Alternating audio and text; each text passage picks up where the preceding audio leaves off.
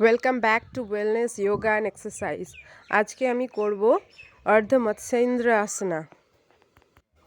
আসনটি করার জন্য প্রথমে আমি সামনে পা দুটোকে ছড়িয়ে স্পাইনাল কর্ড সোজা থাকবে এইভাবে বসে ধীরে ধীরে গোমুখা আসনের মতো করেই পা দুটোকে ভাঁজ করতে হবে।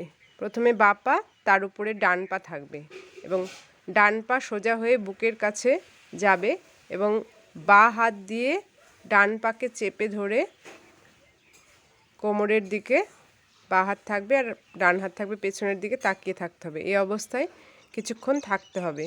শ্বাস একদম স্বাভাবিক থাকবে।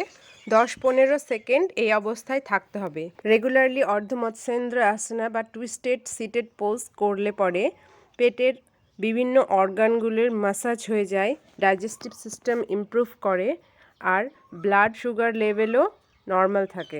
এরপর ধীরে ধীরে হাত দুটোকে সামনে এনে পা সামনের দিকে প্রসারিত করে কিছুক্ষণ রিল্যাক্সেশন করতে হবে। করে এর বিপরীত দিকে আবার এটা প্র্যাকটিস করতে হবে।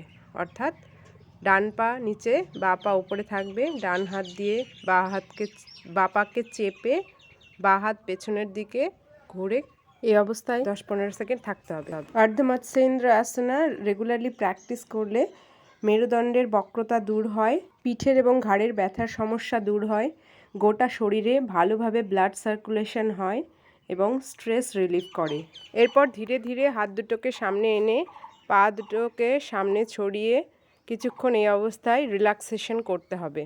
এই একটিমাত্র আসন করে নানান রকমের সমস্যা থেকে দূরে থাকা যায়, তাই অর্ধ মৎস্যেন্দ্র আসনা রেগুলারলি প্র্যাকটিস করা উচিত। ভিডিওটি যদি ইউজফুল মনে হয় তাহলে অবশ্যই ভিডিওটিকে লাইক, শেয়ার এবং কমেন্ট করবেন এবং চ্যানেলটিকে সাবস্ক্রাইব করতে ভুলবেন না যেন। দেখা হচ্ছে নেক্সট ভিডিওতে।